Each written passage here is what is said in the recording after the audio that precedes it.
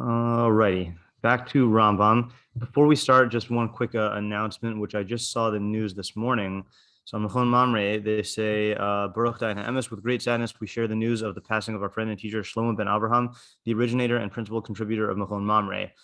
His kindness and deep knowledge of Rambam's Mishnah Torah inspired many students to follow on his path. He is sorely missed. And I felt like I had to mention that because Mechon Mamre is definitely one of the top used sites of my own in terms of Rambam stuff, I did not know anything about this Shlomo ben Avraham, but I wanted to express gratitude for his what he did on Mechon Mamre because this has been around for a long time now. And again, for those who don't know, this is the best place to have the Mishnah Torah online. It's the best full, correct version of the text. So just wanted to give a shout out there. Okay, so we were doing the halachos of choleik al rabo, which is in Hilchos Talmud Torah Perek Chamishi halacha beis. Okay, so we read half of them, we read all the halachos of choleik al rabo and thought about it a little bit, but we didn't fully analyze it. So let's review, okay, and then we'll go on, which is also a similar topic.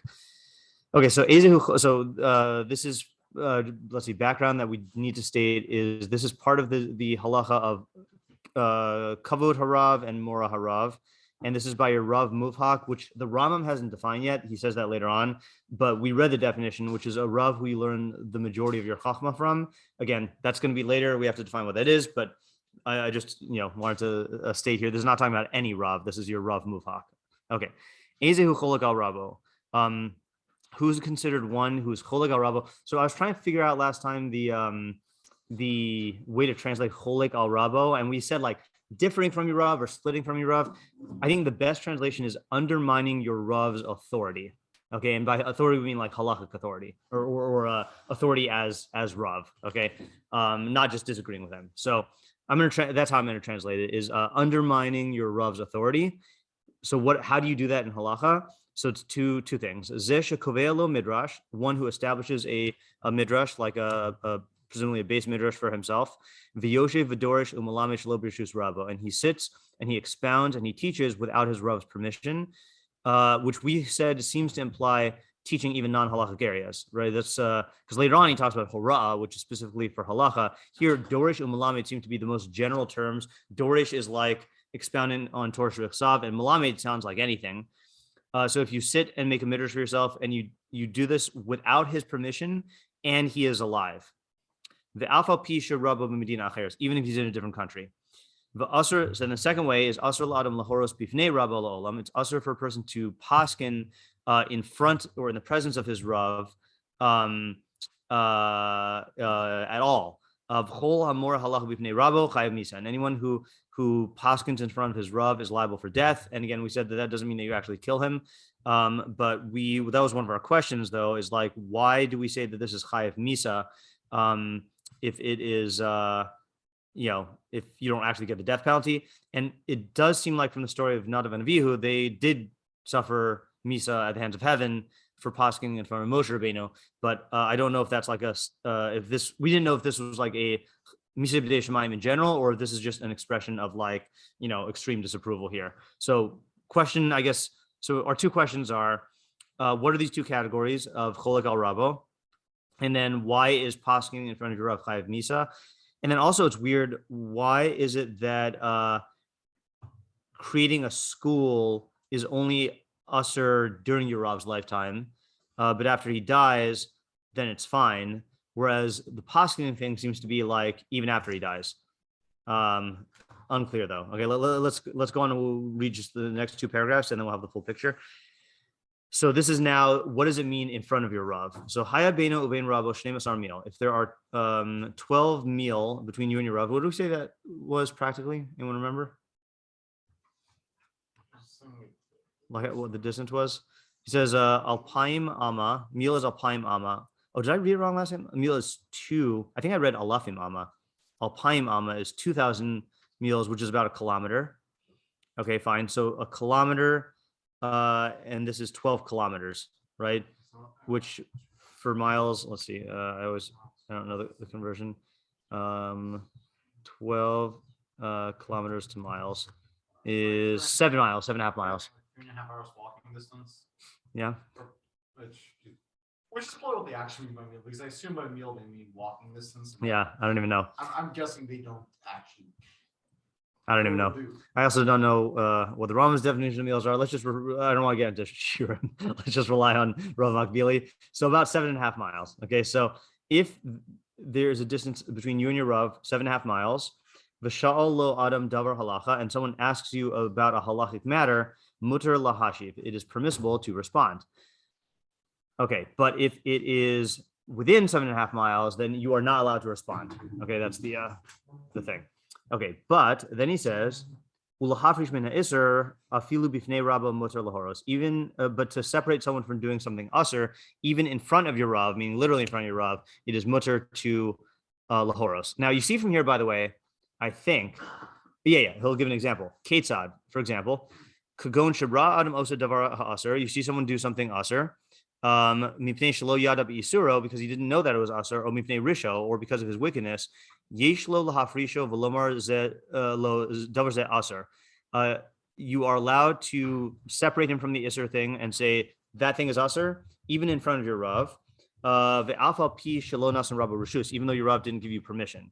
Shekol makom sheishchil Hashem ein cholkin kavod l'Rav. Any place where there is a desecration of the name, we don't give kavod to the Rav. Okay, so you see a couple of interesting things here. First of all, what do we mean? What does the Rambam mean when he says lahoros, which we usually translate as to Paskin?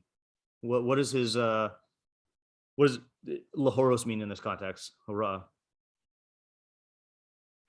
Yeah. I think here is being the same thing to Paskin. It's just he's saying here that that when we're dealing with a case of Hilchos done by sitting, then we just put aside the fact that yes, you're violating the isser of disrespecting your Rav, but the reason being the Hilchos is greater than the Hilchos. Oh, so that's okay. So that's actually an interesting point. I'll respond to that in a second. But regarding the definition of hora, doesn't it seem like he holds that you're not actually paskining?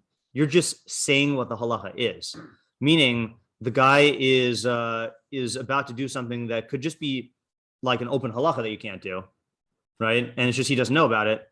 So if you just say, "Hey, buddy, that thing's usher," then that's considered hora in this context. How's that different than Paskin? Because when we talk about Paskin, and when I say we, I don't mean like in Rambam world, I mean like in the real world. You know, you wouldn't like if I let's say like I don't know, let's say like you say, oh, what bracha does banana get? And I say it's hadama. We wouldn't call that paskining. We would just call that telling you the halacha. This though seems like just telling the guy something that is usher is hora. We say that? Oh. That's hora. Like that's what hora is limited to. I mean, hora. Right. Maybe hora can also be paskining. I'm missing the point. Say again. Are you saying that the Rambam is limiting the Torah to this specific? No, not limiting. I'm saying this is a much lower threshold than you would have assumed. In other words, like this, I would have assumed like let's say I don't have permission from my Rav to paskin. So what I would have assumed that would mean is if you come up and ask me about a case where I actually have to engage in halachic reasoning, and then I give a pronouncement, I would call that psak. But I wouldn't say that bananas are hadama is psak. I would just say that's that I wouldn't call that hora. Here though he's saying in regards to this halacha here of being more hora for your Rav, he's saying just lahafrisho mi iser, Yeah. So it's a lower criterion, meaning like this prohibits a lot more things than I would have thought. Yeah. That seems insane. What was that? That seems insane. Yeah. That exact case. Right. I didn't know what bracha something is. I can't ask you. Right. Because we're based on Rocheda or with right. 7.5 mile radius. Yeah. So I gotta go walk down the street to ask them. Like yeah, for Isser, yeah, but let's say, but that's why I'm using the bracha thing as an example because that's not Isser. Yeah.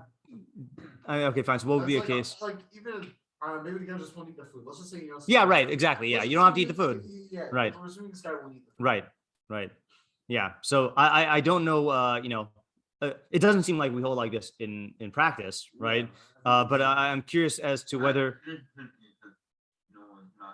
Well, that's one positive, right?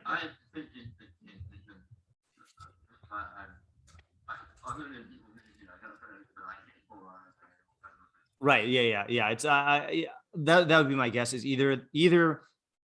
my guess is people just aren't makpid on this. Meaning the Rav is not makpid on prohibiting people from saying open halachos. Maybe. Yeah, I don't think. Oh, you're saying people are not makpid, like they are violating this all the time? Oh, interesting. Yeah. I don't know. I think like it's also possible like that with the But you don't want to do that when I went to Torah line. yeah. You know, I can also include another rock when people rock. Right. That's true. Yeah. Definitely not even. That's interesting. Yeah. Right. That's true. Yeah. What do you say, Yosef? Just thinking, does the Pnei Rabo like what's Pnei Rabo also here mean? Like Bifnei rabo? is the anything within Shem Star Milk considered Bifnei Rabo? So it's funny because he says you would think that is the case because he introduced it with Bifnei rabo, and then you think that this is a definition of Bifnei rabo, which is within Shnei Masar Meal, but then he says you're allowed to be mafrish from Isser, even Bifnei rabo. And then he repeats, Yesh lo lahafrish of lomar lo davar ze asar vafilu bifnei rabo.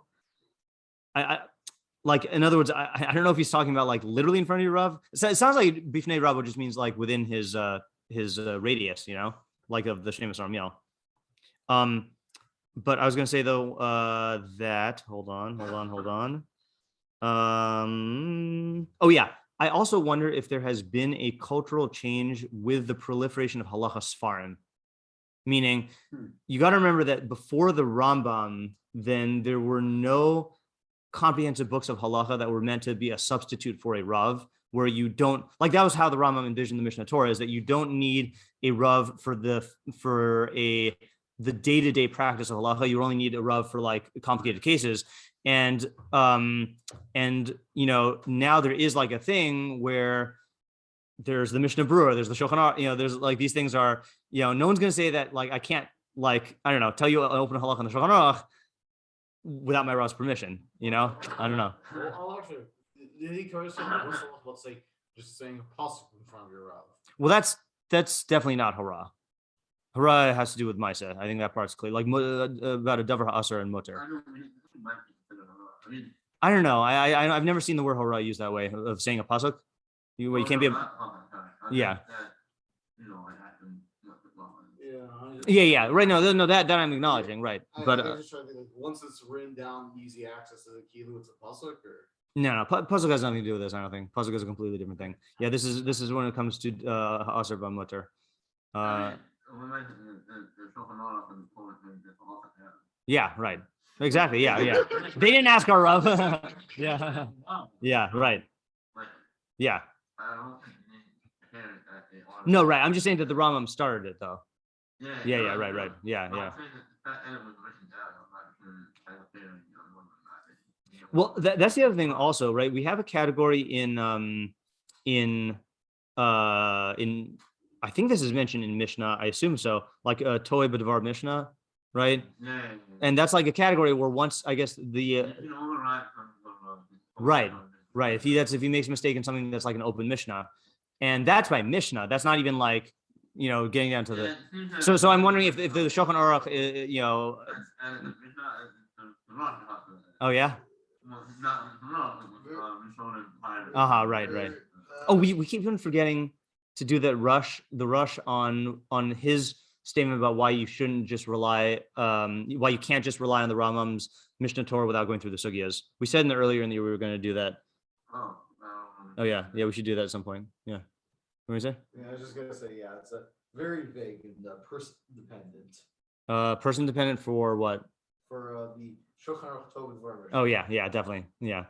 Okay, did we finish reading this? No, we did not, right? Oh yeah. Oh, I was gonna. Yeah. Yeah.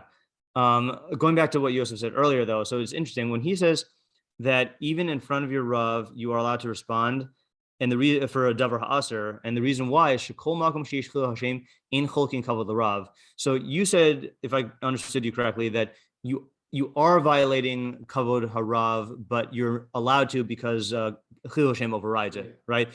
I took this as you're overriding kavod harav, but it's not that what you're doing is aser. I just want to be clear about that, right? In other words, the halacha states that kavod rav is suspended when there's a consideration of chilul Hashem, right? I think that's pshat. I mean, but conceptually, you're right that like it is you're showing kavod to Hashem instead of to your rav. But yeah, Well, or it could be that this is a form of kavod rav. I don't know if I believe that. I don't think so. It's a possibility. I think that's he's saying ein cholkin kavod l'rav. So when you say in front of your rav that to the guy this thing is usher, you are not giving kavod to your rav. Like yeah. But if it makes him proud, then you also do have kavod. Yeah. Okay. Now let's do the bamei devar memurim, and this rounds off the last of these halachos. Bamei devar memurim. When does this apply to? Where we distinguish between shnei masar meal, where telling him halacha is aser, and then davar iser, which is even in front of him is okay. But davar shenikra, that's only incidentally. But to establish yourself for hora'ah and to sit and give hora'ah for anyone who asks a question, even if you're at one end of the world and your rav is at the other end, you cannot paskin until your rav dies.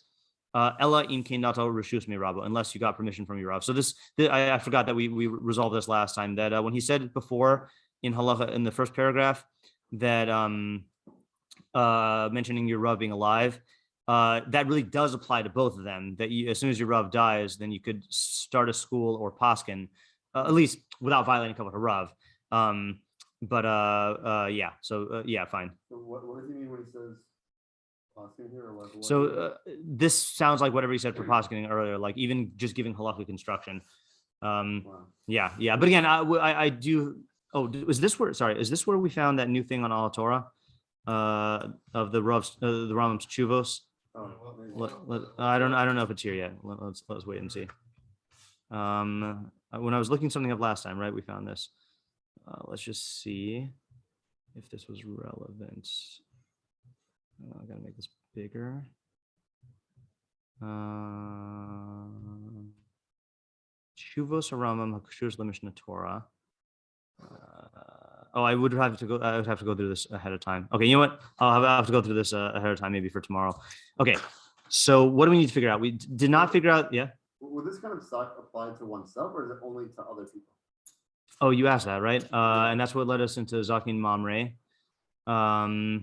Here it sounds like, from here, it sounds like it means to say to other people. Right. Yeah, I don't think it's hurrah. If you're at least in this context, if you're not saying it to other people. Well, that mean that it's possible, by the way, that it like the case in Zakin Mamre where you saw is like if I come up with my own conclusion and I follow it in front of people and they draw inferences, that might be a problem of hurrah. But just me following like in private does not seem to be a violation of this. Well, what if you do it in public with just you know that people won't? Yeah, I'm not sure about that. I don't think. I mean, yeah, right. Like, I don't think if I did something. Right. Yeah. I don't think if I start wearing Rambam CC. Yeah. People will look at me and be like, "Oh wow, right. Genius." Now I'm gonna right. Right. Yeah. So that might be dealt with actually in the next paragraph. But we'll see. But so based on what we've read so far, I think it sounds like, especially because he uses the words shoel and meshiv, asking and answering, which sounds like Davka interacting with other people. Right. So we did not yet figure out why are you chayav misa if you paskin in front of your rav. That's more of a philosophical question. Did you figure out what that meant? We did not even figure out what it meant. The only thing we have going for us is you know what? I'm gonna actually look at the topic. I'm getting a mishlei consequence. I did not. Hold on a second. I gotta put my shoes on. I took out the Rambam yesterday. I forgot to put it back. Now I have to go get it back.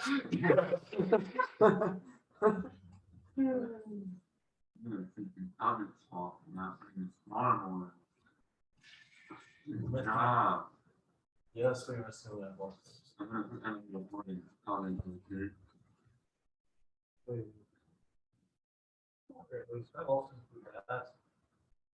Yeah. All time at no one.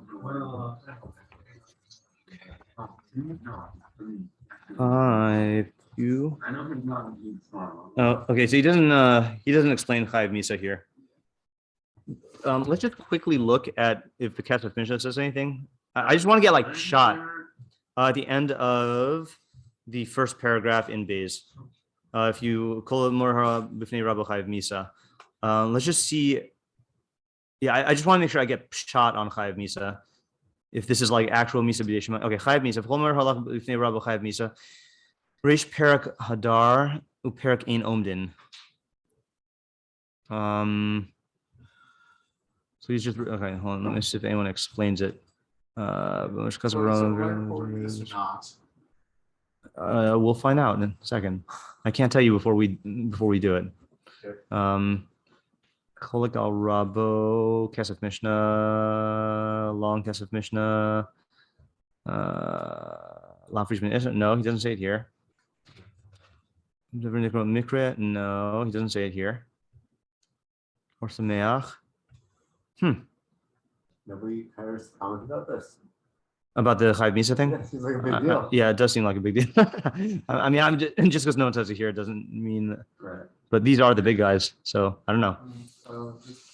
Isn't that the quote from Mishnah? So You mean should we just look up in the Mishnah? yeah. Okay, Mishnah plus Mishnah. sure. What is the source? Let's just see. Chavurah Samach Gimel, I think was the first source that he quoted. You know what? I'm going to actually pause the recording. Should have done that a while ago. Source Chavurah Samach Gimel Amud Aleph, Rashi.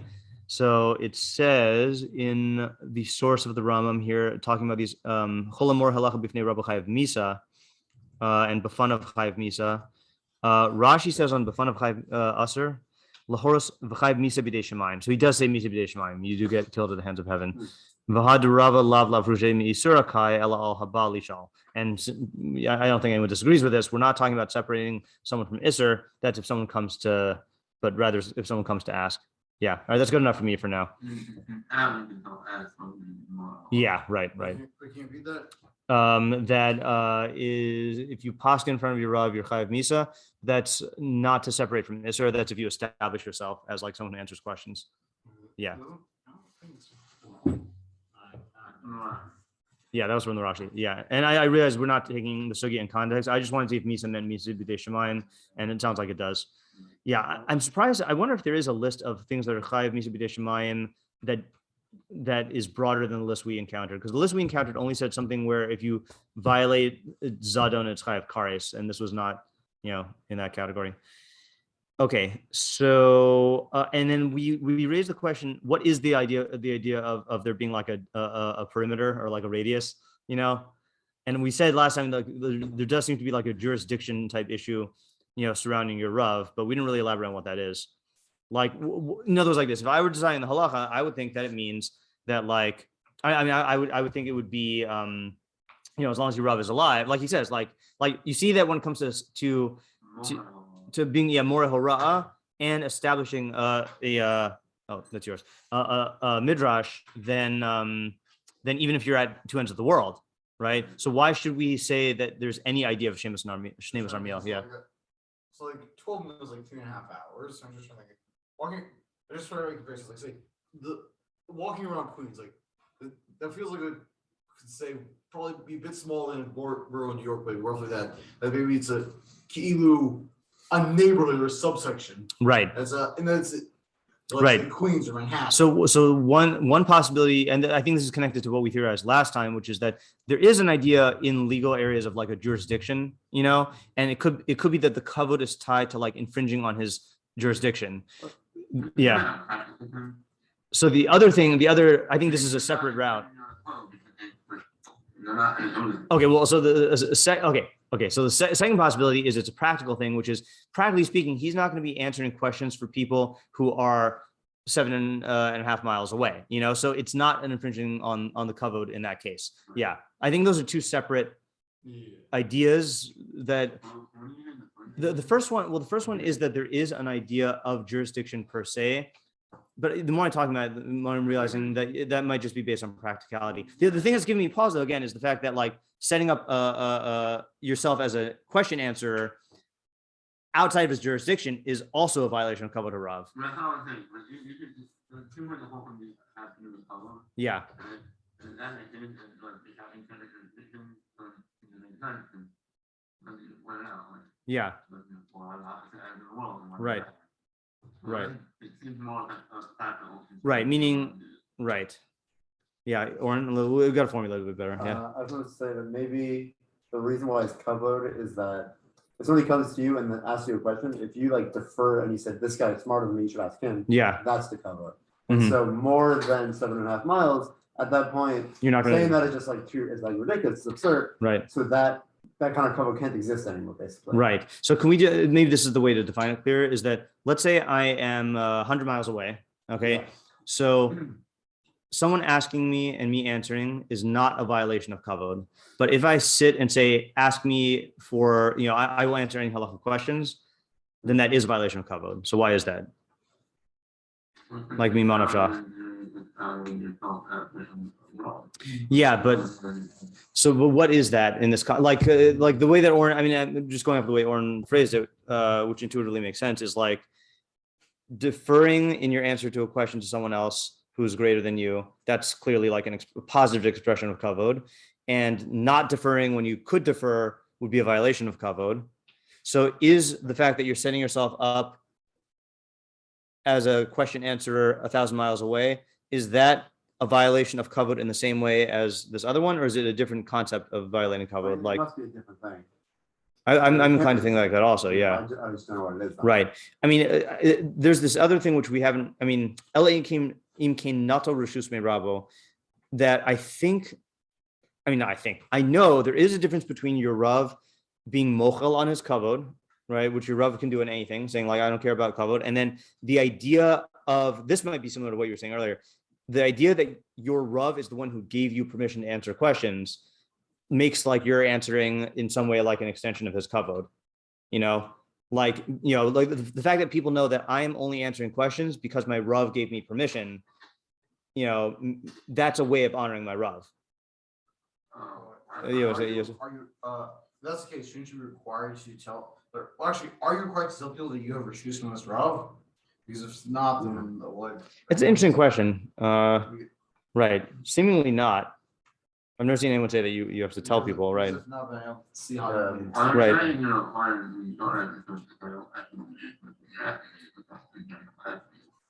Say again? Right. Then you can say, right. So I mean, it might just express itself in the negative, right? I mean, the fact that, one possibility is it expresses itself in the negative, that refraining from answering without your rav's permission is giving him kavod. That's how it was set up. The other possibility also is that it doesn't really matter if other people know this. It's the fact that you're being machabed your rav, and by only answering questions because you got his permission. Like there's no idea of like a roeh. Like I know a lot of kavod does have to do with the perception, but kavod can exist without the perception. Yeah. The difference in the cases, to be clear, is that in the 7.5 miles, the people are coming to you, but in the even across the world, you're setting yourself up, like you're basically not going out, but you're like entrenching yourself. To be clear, that's the difference. Yeah, meaning within, that within 7.5 miles, 5 miles away. I'd say 5 miles away. Then even answering a question would be a violation of kavod. Right. And then 500 miles away, then setting yourself up would be a violation. To answer would be a violation of kavod. But you can answer any questions that people came to you to ask. If your rav gave you permission. No. Wait, hold on a second. I got to entrench myself. Right. Like that. It just happens to be that people keep asking questions. Well, it's funny also because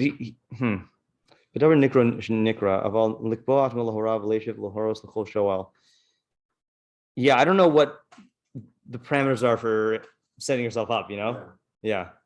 How's that different than setting up a yeshiva? I think that'd be the same thing. Well, setting up a yeshiva is broader because setting up a yeshiva is even if you're not giving any psak.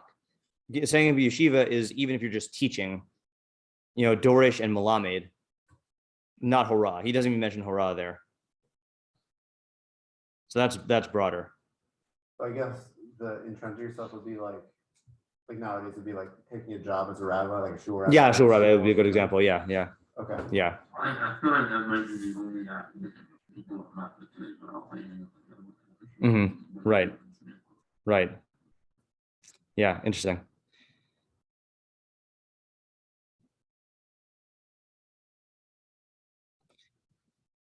Yeah, it definitely feels different. Setting yourself up as like an alternative as your own authority. And you seem like even if you're not actually doing that you're like freeing yourself of your Yeah, right. you're not As deferring to him. Yeah, right. Failing to defer seems like a more minor thing that involves like what we would call disrespect. I mean, I'm speaking loosely here, but setting yourself up as a parallel authority is like undermining his the rough Talmud relationship in a way. What's the Beit Midrash about? Because I would think that the Beit Midrash is about setting yourself up as a rival. It is that I think that setting up the Beit Midrash and setting yourself up as a psak giver. Yeah. I would put those in the same category. Yeah. What's the difference between them? Why mention both? Well, because with the psak thing, there are restrictions on even single statements, but no one says that it's usher to teach, without your rabb's permission. In other words, that's the interesting thing. It's not. No one says it's usher to teach without your rabb's permission. It's only usher to set yourself up as a teacher, like in a school. But like I can if you ask me you have a pshat in Mishlei, like nothing wrong with me saying that. But if you ask what's the halacha about bananas, then there is a problem. Yeah. Right, that's my chavurah. Yeah. It's also just like the teaching for Sham or something. We're all always supposed to be teaching Torah, but I guess what makes Torah special would be the part of the mice aspect. And that, Yeah. I'm just throwing darts here. Yeah. I mean, I think that is why it's more machmir when it comes to doing action, because you can see the damage to the system, being way more severe if people are legislating actions, and it needs to be tighter in that area. I was saying so much the Asian people legislating. Actually, I was saying that what makes the Rav special is that he's the one who legislates. Right. Yeah. But what I'm trying to ask is that if you're saying that the point of not setting yourself up is because that establishes yourself as being a rival, and the point of creating a Beit Midrash is also setting yourself up as a rival, then why mention both? You could just say, don't set yourself up. The first thing, and then you could reason out, call the chomer, don't set up a Beit Midrash. You don't need to say both. Right, but the way I'm answering that is I'm saying that they're the same in their concept, but in practice, there are more restrictions in the halacha case because you're not even allowed to say individual statements, of halacha. Whereas with the teaching thing, it's only usher to set yourself up as a teacher authority, but you can teach as much as you want, like within any other context. Yeah. Also, it's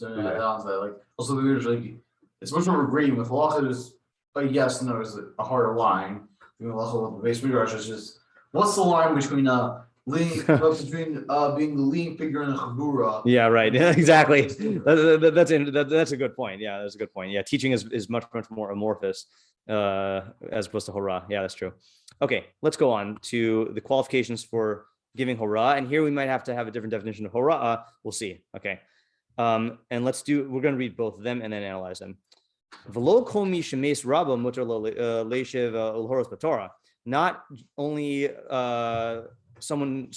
not everyone whose rav dies is permissible to sit and paskin in Torah. Okay, ella im kain haya talmid shehigiah lahora, unless he is and here's the phrase now, talmid shehigiah lahora, a student who has arrived at the level of hora. Okay. Okay. Let's read this. See, this is again weird paragraph divisions here, right? So this is again just to call your attention to like the good Mishnah Torahs and the diffuses. In here, the Rambam starts our paragraph as our paragraphs are here. V'lo kol mi shemes rabo, but in the printed editions, that is part of the previous halacha, and Daled begins the new halacha. Strange. So Daled says, "V'chol talmid shelo higiah hora umora." Any student who has not reached the level of hora and gives hora, harizeh shota rasha v'gas ruach. He is a fool. He is evil and he's haughty. Okay, so three things we were going to have to figure out. The alav ne'amar, and regarding him, it is said in Mishle, ki rabim chalalim hi pila.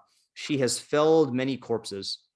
Okay, and that's talking about the isha nachriya in Mishle, the strange woman.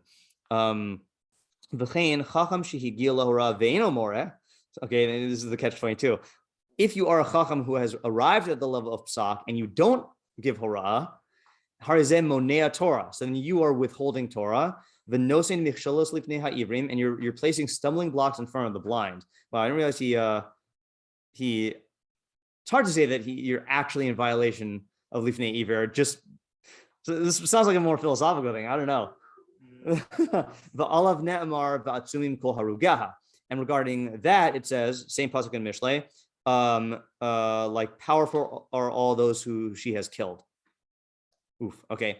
I pulled up here, by the way, I was just looking at this ahead of time. If you've never gone through Rav Moshe Feinstein's Hakdama to Igros Moshe, which is very short, he talks about this Gemara and basically explains. We're not going to read it right now. He explains, I think, why he paskins, and oh yeah, but I think this is like why he basically like sets up the dilemma of like he basically viewed himself as like that he's not on the level to give psak, but like he had to do it because like he was more qualified than other people. I haven't read it in a while, but that's why I was just reviewing it. But it's a good thing. I just want to mention it. Okay, then he goes on and he criticizes people who paskin and they're not ready. These small students, okay, it means like small in Torah, shlo hirbu Torah korai, who have not amassed Torah properly, v'heim nevachim lehizgadel bifnei amei haaretz, and they seek to aggrandize themselves in front of the ignoramuses, ubein anshe iram, and in front of the people in their city, the koftzin, and they skip, right, they leap, the yoshim barosh, and they sit at the head. I don't know if that's just a phrase or if like there was literally different sitting places where they would sit. Ladun lahoros b'Yisrael, to make rulings and to paskin in Israel. So right, we know the type, right? Not necessarily like I don't think we have the same thing, but people who are like still in yeshiva, whatever, and they want to show off their halachic knowledge and they want to like. I'm not saying we have this in this yeshiva. I'm just saying we know the type. Like I think probably every yeshiva in the world has like people who are like year 1 or year 2 and like they're involved in halachic areas and they're like, oh, you don't know what you're talking about. Like this is how you do it. This is how you do it. Like trigger happy, right? Those people, hein hamarvin es machlokos. These are the people who proliferate machlokes. V'heim hamacharivin es olam. They destroy the world. V'amachabin nera shel Torah, and they extinguish the lamp of Torah. V'amachablim keren ad Hashem tzvakos, and they ruin the vineyard of Hashem, Master of Legions. I don't translate it like that anymore. Ken and I went through this. I don't remember. Our school translates as Hashem tzvakos as Hashem Master of Legions, but we found in Ibn Ezra that says otherwise. I don't know. V'aleim and Amar Shlomo b'chachmaso, regarding them, Shlomo says in his wisdom in Shir Shirim, Echazu lanu shualim katanim mechablim kramim. I don't know what echazu lanu, like foxes have seized us. Shualim katanim, small foxes that destroy vineyards. I don't know what the modern equivalent of that is. Yeah, okay, fine. Okay, so what do we have here? Lo kol mi shemes rabo mutar lo leishav lahoros b'Torah. So that's practically clear, right? So we don't just say as soon as your Rav dies, the floodgates are open. Yeah, exactly. Right? We don't say like if you learn from your Rav for one day, like you can't like run to your Rav when he's on his deathbed and learn from him for one day and he dies and you're like, yes, now I can go paskin. Like it's not like a yeah, exactly. Not like going to right? But you have to be Talmi higiah lahorah. Now, what is that? That's the problem is he doesn't really define that, right? And there's two problems other than the fact that he doesn't define it. One is it would seem to be that if we're going with the definition of hora that we just said, so then like, does that mean like if I can look up psak halakha on the Shulchan Aruch, then I'm considered Talmi higiah lahorah? Does it mean that if the Rambam succeeded in his goal in the Mishnah Torah of writing all the halachos you need to know, and I can read the Mishnah Torah, then I'm a Talmi higiah lahorah? Like, is that the standard? The other problem is that it would seem to, if that's not the standard, and if we really mean like what we think of as higiah hora, where like you know how to go through a sugya and paskin, so then the problem is like, oh no, let me just finish the sentence I was saying. If you are, if we're talking about someone who knows how to go through a sugya and paskin, it would seem to be that would depend on the sugya, right? Meaning, like, let's take like standard, smicha programs, right? Like, in Yordea and like some places in Hilchos Shabbos, like, so is the idea that like you are higiah hora because you know how to paskin in areas where shilas come up, or is it that your fluency in those areas means that you're familiar enough with halachic thinking that theoretically you could go into any area that that you want to? Like, what does it mean to be higiah hora in terms of your like skills? Yeah.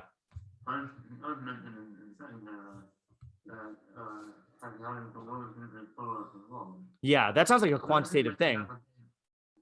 You're right, hirbu. Right, that's true. Yeah. Next question is what is the shote, Russia, and gas ruach? Okay, shote I can understand, right? If you think that you can, if you have not reached this level, whatever this level is, but you are still paskining, then you're fool, right? That's like the people who research, like vaccines and think that they can make decisions about it just based on like their Googling, like I don't need training in science, and that's clearly foolish. Gas ruach is haughty, which is what do you call? So I guess the question is, what's the difference between foolish and haughty? Because this is a foolishness that seems to come out of haughtiness. Unless you say foolish is you're going to act foolishly, and haughtiness is the cause of that. And then Russia seems like pretty extreme,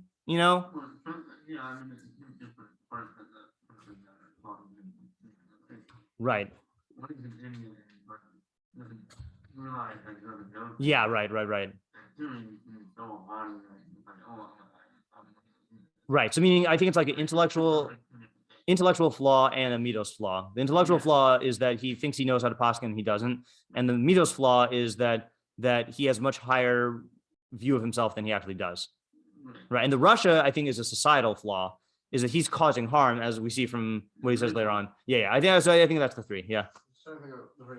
If you somehow became Roy, I guess, those aren't.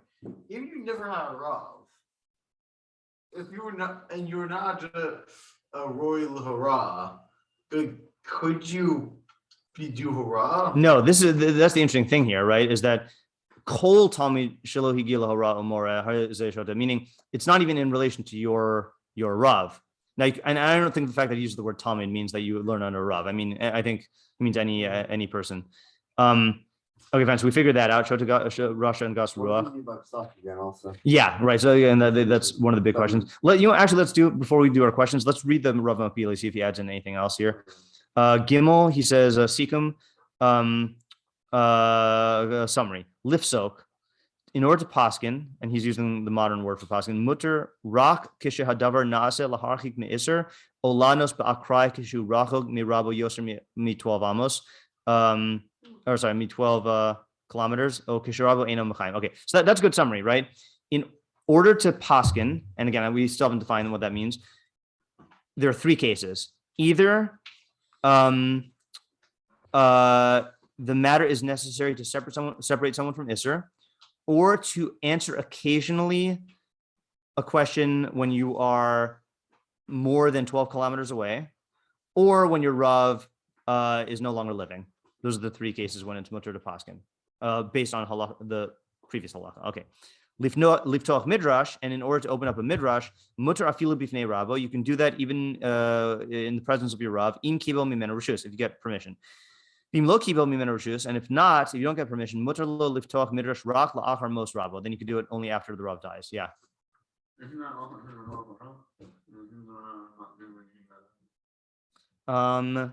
Yeah, but isn't that included in? That's included in his first part about lifsok. He's dividing into the two categories from the beginning of the halacha, just to make it easier to read. Yeah. Oh, you mean in terms of if you get rishus from the Rav, then aren't you allowed to paskin even in his presence? Yeah, that's true. Wait, did the Ram ever say that? Yeah, you should love rishus Rav. Yeah, that's true. He should have put that in. You're right. Yeah. Right. He should have put that in the first one also. Good point. Okay, Dalad 1 in the Makbili, Shlo higiah lahara umore, who didn't reach the level of Paskin and Paskin. Shadayin lo lama dai hatzorech. He still hasn't learned enough. Ve'eno roi lahoros halacha, and he's not fit to Paskin halacha. Ach me'az lahoros. Sorry, me'az lahoros. He is brazen to Paskin. Oh, you know what? Actually, we want to reread. I mean, not we, but you know what? We should reread. Yosef, you can write this one down, please. In the Hakdama to the Mishnah Torah, when the Rambam describes what psak is like, I think. Let's see which letter this is.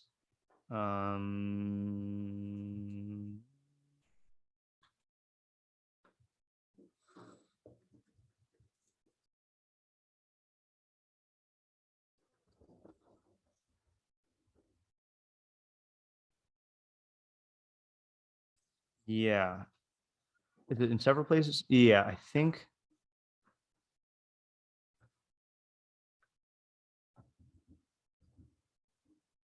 Yeah, Lamed Vav. I don't know, maybe this is too early, but so this is describing in the time of the Gaonim, okay? This is pre-Mishnah Torah. Kol hachachamim she'amdu achar chibur haTalmud banu bo. All of the chachamim who arose after the compilation of the Talmud and built upon it, v'yatzalhem shem b'chachmasam, and got a reputation for their chachma. Heim hanikram Gaonim. They're called the Gaonim. V'chol elu haGaonim and she'amdu be'eretz Yisrael be'eretz Shinar u'v'Sfarad u'v'Tzarfas limdu derech haTalmud v'hotziu la'or talu mosav u'biru inyanav. All of these Gaonim who arose in the land of Israel and in the land of Shinar, that's Iraq, I guess, and in Spain and in France, taught the way of the Talmud and brought to light its hidden things and explained its contents. Its way is a very, very deep way. This is what I want to focus on. Furthermore, it is in Aramaic, which is mixed in with other languages, because that language was clear to everyone in Iraq at the time of the compilation of the Talmud. But in other places, even in Shinar in the days of the Gaonim, people don't recognize that language until they teach it to him. Okay, rabos sholin anshe kol ir be'ir chol gaon sheyehi b'yamehem lefarish lahem devarim kashim shebetalmud.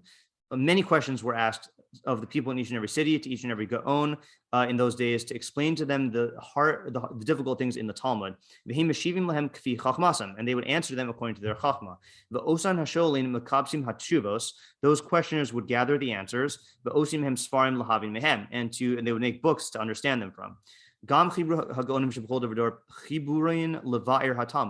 Gaonim in those days also compiled works to explain the Talmud. Mehem misha pirish halachos yichidos. Some of them would explain individual halachos. Mehem misha pirish prakim yichidim tavakshu. Niskashu biyamav. Some of them would explain individual chapters that became difficult in their days. Umehem misha pirish masechtos asdarim. And some of them would explain tractates and orders. They also made psak halacha. Be'inyan ha'asr v'hamutar v'hachayva pater b'dvarim shehasha'at tzricha lahen. In practical halakhic matters of asr, mutar, chayv, and pater that were needed at the time. Krovim lamada mi she'eno yacho lerid le'onko shel Talmud, so that they should be close to be known, like easy to be known to someone who's unable to descend to the depths of the Talmud. That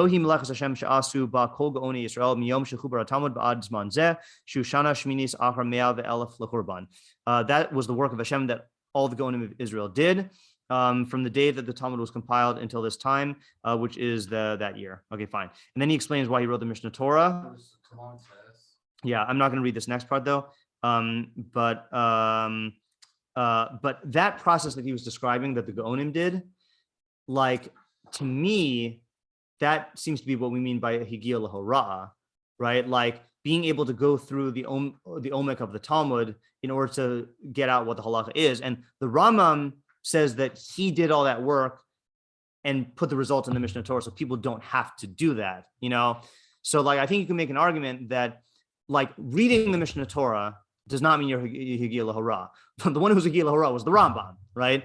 But being able to penetrate the depths of the omic of the Talmud and to get the halacha, that to me seems to be like what he means by higiah l'hora. That was it. That's someone who's higiah l'hora. Yeah. Yeah. So what the Rambam was saying earlier is hora before rabo. I think you can still say that can coexist with what I'm saying, which is just giving any psak halacha, right? Just even if it's a banana. Higiah is a level, right? Yeah. I think that's a good distinction. Okay, that's good. Yeah, and I think even in I don't know what I'm quoting from yet, but I think the Rambam even says this even more explicitly in the statements of purpose when he explains why he wrote the Mishnah Torah. I'll tell you when I figure out what I'm quoting.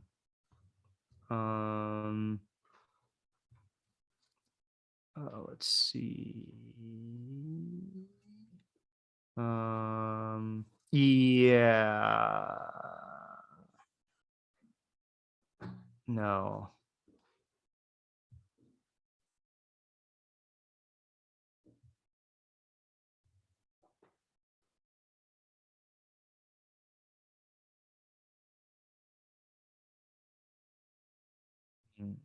Maybe not. No, never mind. Okay, I thought he had another clearer reference here. Okay, never mind. Okay. Yeah. Okay, so we were in the Makbili. Gas ruach is gavasan. Okay, fine. All of them are kibrabim chalalim hipila. So that's what we have to figure out here. So the pasuk in Mishlei says she has felled many victims, many corpses, and many strong people she has killed. So that's just a weird thing to describe psak, because first of all, plain pshat in the pasuk, like the external meaning of the pasuk, is a lad, like a young guy being seduced by an adulterous woman, right? And then the Chazal say that that's about avodah zara, or minos. It's just weird to apply that to psak, except for the fact that it has to do with the youth, which he's criticizing here. He says, "Prepare ka'osek v'isha hazona hamafate." That's talking about a promiscuous woman who seduces. Shehi mashal l'taivas adam ulechesronosav, which is a mashal for man's taivas and his imperfections. Yeah, strange. So we need to figure that out, and then I think we need to figure out all these phrases here. Some of them are easy, right? Marvi machlokas, that's definitely the case, right? I mean, that even when the Rambam describes why machlokas started in the first place, or why machlokas became abundant, was that you had talmidim who did not learn sufficiently from their rav, and those are like good intentioned talmidim who were even higiah l'hora, and that you got a lot of machlokas. Kol shkin if you're not like capable of halachic reasoning. And not knowledgeable about in halacha. So that's easy. Him macharivinas olam, that's also easy to understand, I think, which is going to mess up Jewish society because you've got all these people paskining when they don't know how to paskin. When you have this now, by the way, what's the modern example? Example of people who are in this category, I think. Yeah, right. I think the fact that the internet makes a bunch of people able to just type in questions and then they just see English sources. The people in the comments are right. I mean, you see these discussions. It's just like people like just Googling and quoting. Again, it is analogous to like what people do about health decisions and scientific decisions, who don't have any training in like those areas of science, and then they just like Google it and then come up with conclusions. It's like maybe the comments will just be the bar and gemara. Yeah. Good luck. All right, Machavi Nera Shel Torah, they extinguish the lamp of Torah. I think that's also clear. It definitely diminishes the grandeur of Torah because it's diluting what it means to be an expert. Like it's diluting the real, aura of Torah that comes from chachamim. Like when you have a class of people who are chachamim, who are higiah l'hora and they're paskining, then there's a certain there's an aura around them of like the light of Torah. And when everyone is just like coming up with their own conclusions, it just diminishes that. Again, in the same way that like, if the only people who you could go to get medical advice were doctors, that was one thing. But now when there's WebMD and people just look stuff up, there's this feeling that like what a doctor does is not so special, even though it's a totally idiotic feeling, Mechablim Karen Hashem Tvalkos. So I don't know what this mashal is of the Karen. It's in Shir Shirim, which is all allegory anyway. But I don't know what this mashal is of the foxes that are messing up the Karen. So we might have to look into that and just see if we can find something. I don't even know. Yeah. I also honestly don't know if this is if shualim is foxes. I know it's usually translated as that, but I once heard it translated, I think, as is jackal another Hebrew word? Yeah, I don't know. I guess whatever will be the fox things, but I don't think you can assume the English Hebrew have the same words for some word. Say right. Or saying safan, like that means right. It means both rabbit and higher. Yeah, I'm just saying though that to answer Chaim's question is even if we found out that foxes did it, I don't know if that would shed light on this because I don't know if these are foxes. Yeah. All right. So the plan for tomorrow is let's just I do want to try to see if I can find anyone on this pasuk in Shir Shirim to explain the mashal. I'd also like to look and see if we have any what he calls shuvas of the Rambam in that thing. And I actually do want to look through the Igros Moshe because since he talks about this struggle of what it means to be someone who's higiah, even though it's not Rambam, I think it would be useful for us to do. And it's not the whole Hakdama, just the part where he talks about higiah, maybe the first two paragraphs.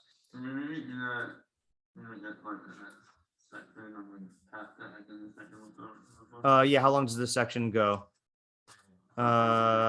This is, well, we read the end of the section. Oh, yeah.